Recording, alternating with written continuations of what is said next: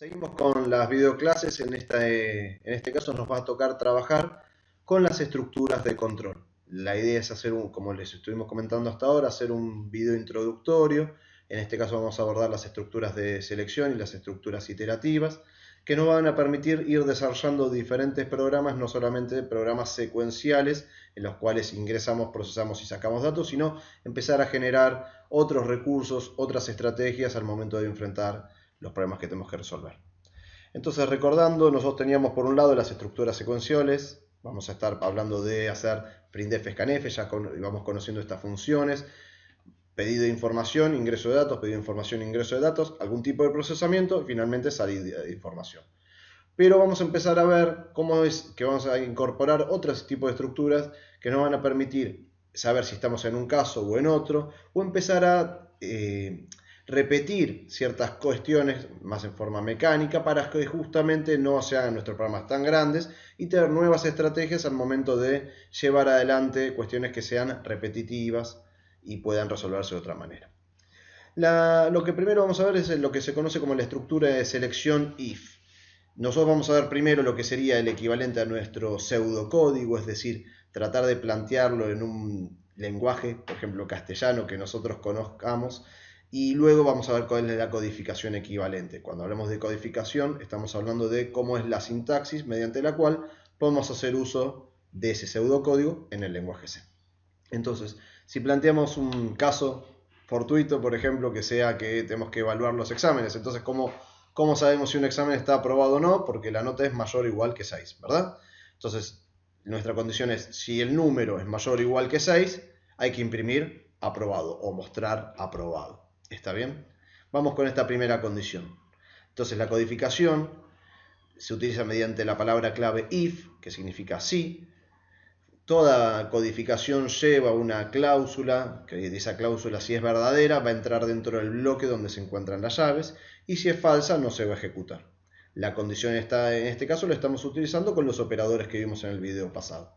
Entonces, if número, que es una variable entera, es mayor o igual que 6, entonces lo que hacemos es, como fue verdadero, suponemos que fue verdadero, entramos y se muestra por pantalla aprobado. Si esta condición, que es números mayor o igual que 6, no fuese verdadera, esta sentencia, este bloque de código que está acá, no se ejecutaría. ¿Dónde continuaría nuestro programa? Inmediatamente después de la llave de cierre. Por lo tanto, solo este bloque se va a ejecutar, este bloque del if se va a ejecutar si la condición fue verdadera. Si la condición es falsa, continúa a partir de aquí. Entonces se produce en este momento una bifurcación sobre lo que veníamos haciendo. Nosotros veníamos trabajando en forma lineal y en un caso, si es mayor o igual que 6, seguimos por un lado. Si es menor o igual que 6, seguimos por otro y luego se van a unir. Vamos a ver entonces otro bloque que se lo conoce como if-else. ¿Qué pasa en este caso si decimos que si el número es mayor o igual que 4, imprime aprobado, y si no, imprime no aprobado? Es como estábamos hablando antes sobre esta bifurcación. Para un caso hacemos una cosa, para el otro caso hacemos otra, y luego continuamos ejecutándolo. Entonces, en pseudocódigo para nosotros sería, si el número es mayor o igual que 4 o que 6, dependiendo la reglamentación de la universidad, imprimimos aprobado, y si no es mayor o igual que 4, imprimimos no aprobado. Fíjense que en la condición del si no, quedan ya incluidos todo aquello que no fue verdadero en la primera condición. O sea que cuando la primera condición fue falsa, pasa al si no automáticamente. Entonces nuestra codificación, si ahora lo tomamos directamente con una reglamentación de la Universidad, la UTN de Buenos Aires, la aprobación es con 6. Al lugar que hicimos antes, si el número es mayor o igual que 6, imprimimos aprobado. Si no, lo representamos a través de la palabra clave else. Si no, directamente imprimimos no aprobado. Fíjense que si nuestra variable era mayor o igual que 6, se ejecuta este código. ¿Y dónde continúa? Directamente continuaría aquí abajo, donde se cierra el else. Si esta condición es verdadera, este else no se ejecuta. Si la condición es falsa, este bloque, del bloque de verdadero, no se ejecuta y solo se ejecutaría el else. Entonces, de vuelta, tenemos un camino común, donde se pide y se cargan los datos, una bifurcación si es verdadero, o otra bifurcación para un camino diferente si es falso, y un camino nuevamente común para continuar y finalizar, por ejemplo, el programa. Existen también la posibilidad de poder trabajar con estructuras anidadas. Por ejemplo, yo podría decirles, si la nota es menor que 10, menor o igual que 10, ¿sí? Hago una acción. O vamos a decir, si la nota es mayor que 10, hago una acción. ¿Qué significa? Por ejemplo, podría decir que fue un error al cargar la nota, porque en principio no hay notas mayores que 10. Si no, estaría dentro del conjunto de notas que son un número menor o igual que 10. Entonces, dentro de este caso, yo hago nuevamente un if-else para preguntar si la nota es aprobada o si la nota es desaprobada. Fíjense cómo esta estructura anidada a nosotros nos permite, entonces, por un lado, trabajar y validar la información que cargó el usuario. Por ejemplo, se equivocó y puso 12 como una nota de examen, entonces esa nota estaría mal. Por lo tanto, solamente va a ser este bloque válido cuando una nota se encuentre bien cargada. Entonces, de vuelta, tenemos estructuras que podemos de simple condición con un if, con un if else, y también podemos empezar a trabajar con estructuras anidadas, por ejemplo, para validar y después para poder realizar cuestiones asociadas a la información ya validada.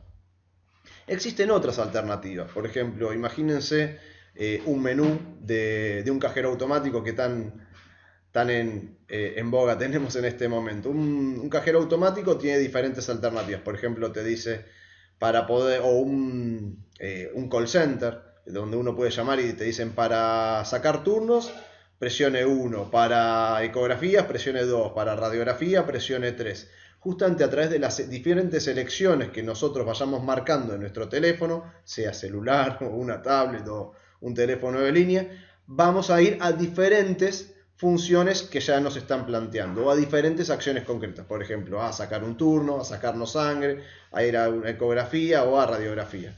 Estamos trabajando entonces con cuestiones que están ordenadas, ya están organizadas.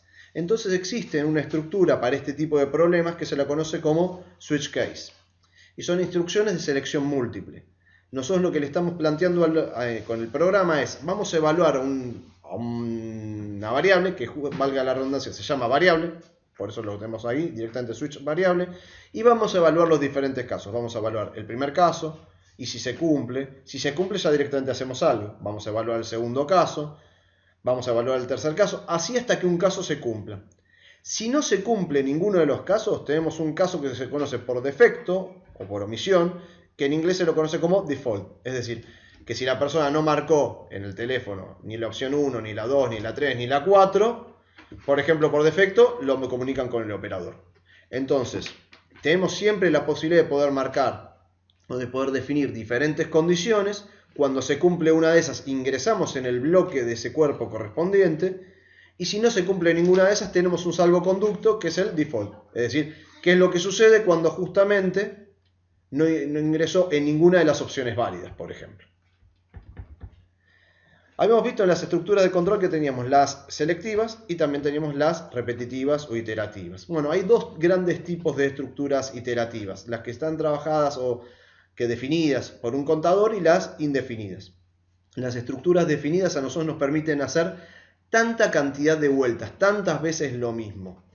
Las estructuras indefinidas, en forma complementaria, nosotros no sabemos cuál va a ser la condición de... No sabemos cuántas vueltas van a hacer, pero sí lo que sabemos es cuál va a ser la condición de finalización.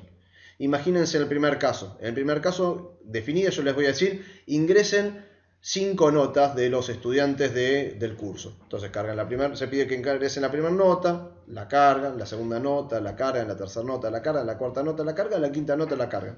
Terminó. Una estructura indefinida sería, ingrese notas hasta que el valor de la nota ingresada sea 0. ¿Cuántas notas son? No sé, pero sé cuál es la condición de finalización. ¿Cómo la sé? Porque mediante una técnica que se conoce como flag o bandera, yo puedo evaluar, ir preguntando, ¿la nota que me ingresaste es 0? Si es 0, salgo. Si no es 0, vuelvo a preguntar, ¿la nota ingresada es 0? No, sigo ingresando. ¿La nota ingresada es 0? No, sigo ingresando. Entonces, de esta manera, tenemos estructuras definidas, sabemos la cantidad, estructuras indefinidas, sabemos la condición. Vamos a ver tres grandes estructuras, que la primera habitualmente se la conoce como for y se utiliza como una estructura iterativa o repetitiva definida, el cual tiene una firma compuesta por tres partes: el inicio, la finalización y el incremento o decremento. Es decir, por ejemplo, yo te voy a decir, vamos a contar, vamos a dar 5 vueltas, o en este caso vamos a dar 10 vueltas. Vamos a dar de la vuelta 0 hasta que la vuelta o la cuenta sea menor que 10. Entonces vamos a hacer la 0, la 1, la 2, la 3, la 4, la 5, la 6, la 7, la 8, la 9. Hasta ahí dimos 10 vueltas. Cuando voy a hacer la vuelta número 10, ¿sí? El valor cuenta me va a decir, cuenta, que vale 10. ¿10 es menor que 10? La respuesta es no, porque son iguales, por lo tanto no es menor. Y en ese momento va a romper el ciclo for, el ciclo iterativo. Entonces van a ser del 0 al 9, van a ser 10 vueltas. Cuando vaya a la 11ª vuelta, cuando cuenta valga 10, romperá el ciclo.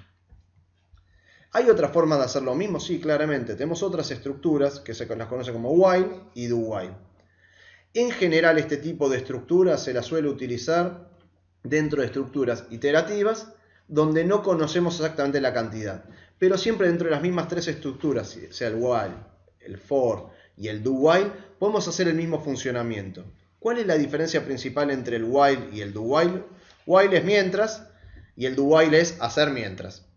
El mientras va a ser, mientras el contador sea menor que 10, pedirle al usuario que ingrese un dato, lo cargamos y incrementa un contador.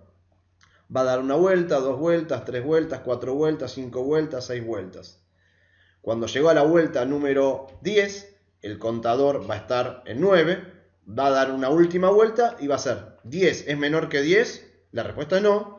Por lo tanto, este bloque, esta sentencia que estamos planteando acá va a ser falsa y va a continuar en la línea siguiente al cierre de llave. En el caso del do while es al revés, se invierte la situación. Primero lo va a hacer una vez. Y una vez que lo terminó de hacer, va a preguntar si se cumplió la condición. Entonces lo hace, pregunta, lo hace, pregunta, lo hace, pregunta.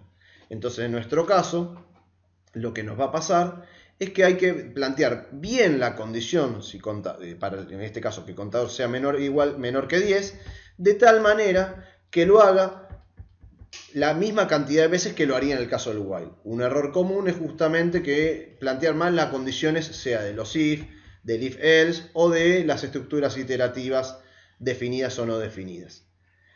Por lo tanto, los invitamos a ver los siguientes ejemplos que tenemos asociados para estructuras selectivas y estructuras repetitivas. Todas estas estructuras forman las estructuras de control, para poder ir plasmando esto y después verlo en la clase de consulta. Nos estamos viendo en la próxima clase. Muchas gracias.